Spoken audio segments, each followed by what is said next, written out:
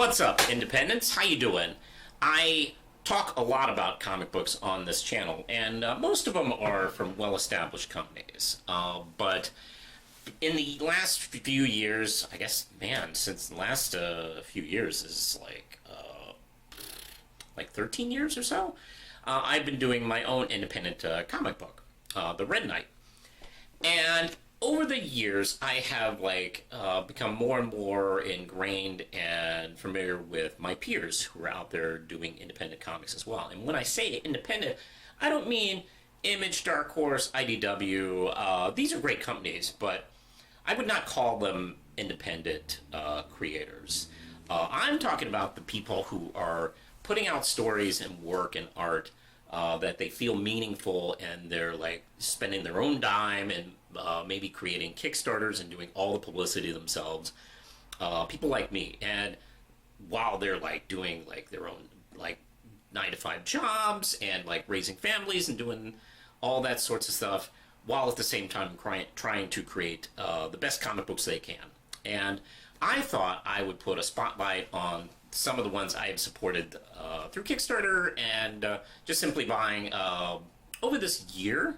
And look at this. This is not even everything that's out there, and this is not even, I don't even know if this is everything I've read. I think there might be a book or two missing out of here. But I thought I would like do a quick showcase of independent comics that I've been reading this past year that I think you should check out. So, by the way, this is not a review. I will be reviewing a number of these over the next couple months. But right now, this is a simple spotlight and a showcase for them. This is not a competition, so no wagering. Now, let's get started. I'm going to do this in alphabetical order, frankly. And I'm going to start with... I'm going to start with American Dreams. And this is from Daniel Caliban. And let's see... Dodi Askar did the art on this one, and essentially it takes place in 1900, the turn of the century, and this is during kind of like the time where like a lot of things are changing as far as industry and economics in the world, power, and it focuses on this young man who is like a poor Jewish immigrant in New York City who accidentally gets zapped with an experiment that turns him into a Superman type of guy with like flight and super strength. And one of the things that's interesting about this book is it really does delve into history of the time and how he interacts with it in New York City. And it's not just superpower punch. There's a lot of cool stuff involved with the world he's interacting with. It reminds me a lot of Sandman Mystery Theater, actually. Pretty good book.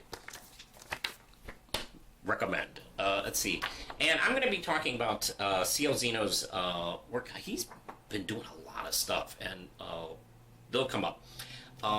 He's a creator out of Richmond, and this is a book series he's been doing, the Evandris Theory, and it's an interesting take on parallel universes and multiverse stuff, where our hero Nico Evandris does battle with the evil Emperor Mata throughout the course of the multiverse, and you did get to see like chapters done by different artists as the worlds change and the characters change. You get to see different aspects of them throughout, which is a pretty interesting idea, actually. So, each issue has been like made up of like 2, 3, 4 like chapters each by different artists, kind of doing their own takes. Really cool. Let's see, Base Wars. There we go. And this is from Chris Tomasa, and it is a cool like Iron Man type of story of these characters with like this super armor that kind of gets out of control as it does, and you get to see how characters are like fighting for the various technology and power for it. There's a lot of cool family dynamics that are in this story that I think really spotlights this as well. The art has been top notch, especially in recent issues. Let's see, this one has been done by Mato Illuminati and Ariana, let's see, Bassani. Awesome work, very good. And buddy Dan Notes, and he's been doing like novels and big trades. Not as much as like the floppies that we usually are putting out, but he usually focuses all his work in these big kind of trades. Usually involving his character Chicken, who is kind of getting into like comedic adventures, and I would probably recommend it, kind of in the terms of like Howard the Duck type of adventures and humor. Very funny. Like a lot of like meta commentary and stuff like that. A really cool book. And I have a couple books here from CL Zeno. He's been doing a lot of stuff, so I got. There is this book called The Enchanted Circus of Wonder, which is about to go available soon as I record this. And he actually did this book with Jason Keith, who is a Marvel inker, and he tagged him to be the writer in this piece, along with Emilio, let's see, I apologize, Etchebre. Sorry, I probably butchered that name, I'm so sorry. And it is a beautiful piece. It's this fantasy story. It looks like it takes place in kind of an alternate reality, Richmond, Virginia, of this kind of magical circus who are going on this kind of quest and adventure, and not everything is spelled out. There's a bit of mystery in this first issue of this ringmaster who is kind of assembling this circus for reasons. He's doing kind of battle with this this kind of like sky pirate and stuff like that. Beautiful art, absolutely wonderful. There's a lot of mystics in here, and it's a lot of fun, gorgeous stuff. This is not available at the moment, but it is about to. So by the time you watch this video, you can probably find it. And I think this is my last CL Zeno book, I promise. And this is Drunk Mom. And let's see, it's by, CL Zeno as well. And let's see, he also does the art on this. And it's a comedy superhero story where this woman who is a recovering alcoholic, and she sort of starts getting into like superhero crime fighting, and she's kind of facing the fact that she's coming home late, she's coming home tired and beaten up, and people think she's fallen off the wagon, and she hasn't. She's doing superhero stuff, which has kind of been putting her in an awkward position. Pretty funny stuff here. The Edge, and this is by Marvin Wynn and company, and this is, let's see, how do I explain The Edge? The Edge is a superhero government military team, and they are constantly having to deal with problems of kind of their own government's creation, really. That seems to be the focal point of the stories I've seen so far. The art's really wonderful. There's a lot of great action. Nice little like diversity of like characters. They all have really like different like power sets and looks. I kind of like this book a lot. And he is like up to, this is issue 5, but I think he's up to issue 10 at this point. Really great book. I've been enjoying it quite a bit. And one of my favorite ones, actually, is from Catherine Calamia and company, and this is issue 1 and 2. Like Father, Like Daughter. And this is a book about, it's kind of a slice of life drama superhero series. It's about a young girl whose father abandoned her at an early age, and she's never really forgiven him. And oh yeah, he is a superhero to the point of, kind of Captain America and like Superman, really beloved hero, where everyone loves him except her. She's got a bit of a chip on her shoulder, understandably.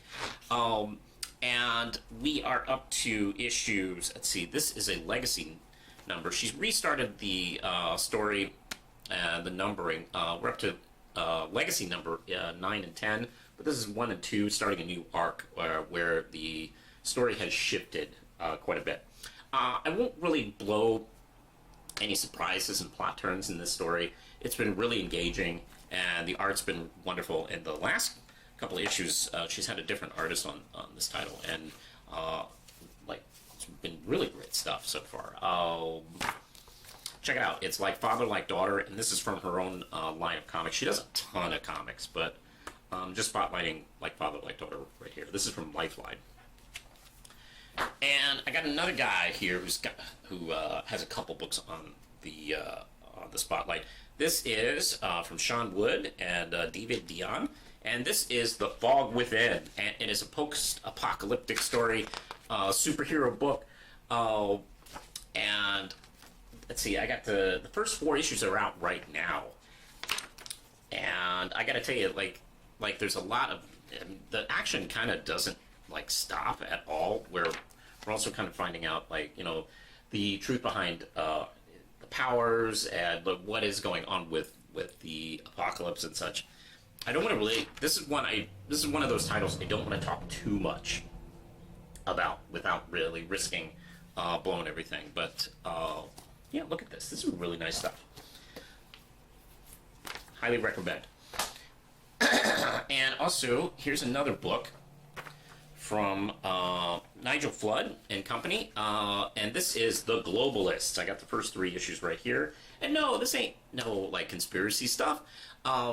This takes place on an alternate Earth where after World War II, the United Nations decided to kind of like create their own superheroes in order to prevent another thing like World War II. And unfortunately, the superheroes they create get their own ideas. Let's just say that. Got the first 3 issues right here. Issue 3 is a crossover, actually, where our heroes start realizing, well, we've conquered the Earth. I guess there's a multiverse that has other Earths we haven't taken over.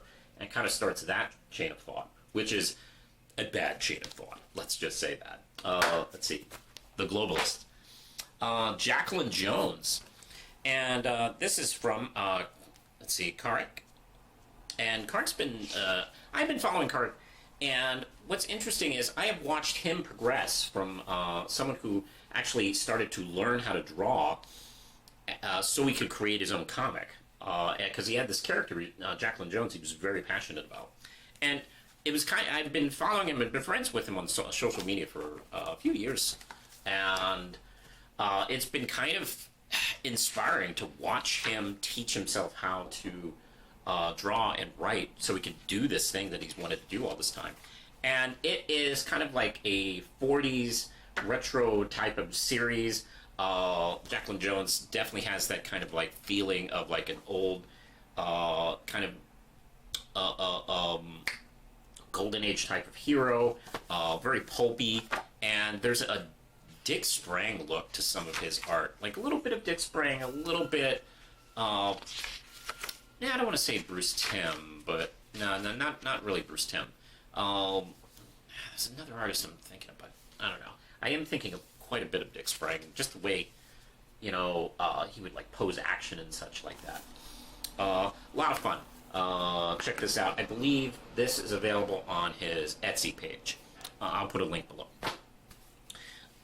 And also, I got Nira X from Bill Maws, and Bill Maws goes back for a long time. He's been doing comics independently since the 90s, and he is, without a doubt, one of my biggest inspirations, because I would see him as another local creator making it, and it would get me to think, oh, I guess I could make it. I could do it.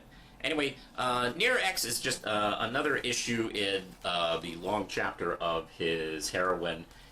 She's a space warrior. She gets in all types of like crazy adventures, and this is her newest one, Dark Seas. There's quite a few. He's also done a lot of Zen, the Intergalactic Ninja, and this was a book he spun off of that. A character of his own creation. I don't believe he created Zen, but he's done most of the work with Zen over the years. Oh, and he had a chance to really shine with his own creation here with Nera X. Still going strong. This character he created mid 90s or something like that, and he's still out there doing it. Wonderful stuff. Go check it out. And also, Sean Wood with another post-apocalyptic series. This one's Recon and the Little One, and it's also with artist Dave Schwartz. And okay, it's a post-apocalyptic world, but it's following this little girl and her giant robot as they go through their adventures in this terrible, terrible world, and it's kind of really heartwarming. Unlike his other post-apocalyptic series, this one's a bit more heartwarming and aims a little bit younger as far as the adventures are concerned. It's really cute and fun, believe it or not. And this is issue 1. He's coming out with another one soon. Definitely recommend. And, oh, yeah, one more is my own book, Red Knight. Issue 8 just came out. And this is the second part in a story arc called Hero Today, Gone Tomorrow. I had a successful Kickstarter with it. And it's Red Knight and Martha fighting like super villain terrorists, as well as their own heroes who are they've just gotten caught in the crossfire of. This was a lot of fun to write, and I hope you would also enjoy reading it. It's available at Manos Publishing. There's another book I almost forgot. I'm so sorry. There's also another book I don't have physically on me. There's another book I got sent the PDF of Beer and Bullets, and that's from chess creator Paige Alfred, and it is a crossover with 2 other titles where his favorite hero of the team, Pinpoint, like has a beer with a couple of friends, and they're interrupted by one of their villains, and it's a pretty funny book where they're kind of like, kind of slamming each other while at the same time, being attacked by someone they've pissed off at some point. That's a pretty good one. I only have the digital of that one. It should be available as well. I'll put the links in it below. So, hey, like I said, comment below if you have any comics that you've read independently, from independent creators like this. Let me know if you've read any of these guys. I'd love to hear from them. You can click the notification bell for all things Manos. You can find me at the various links right here. I'm on Facebook, Blue Sky, and such. And one last time, I'm going to put up the link for these comics so you can find them, because I really think you should read them out. All right, I think that's it for now. Push the button, Lindsay.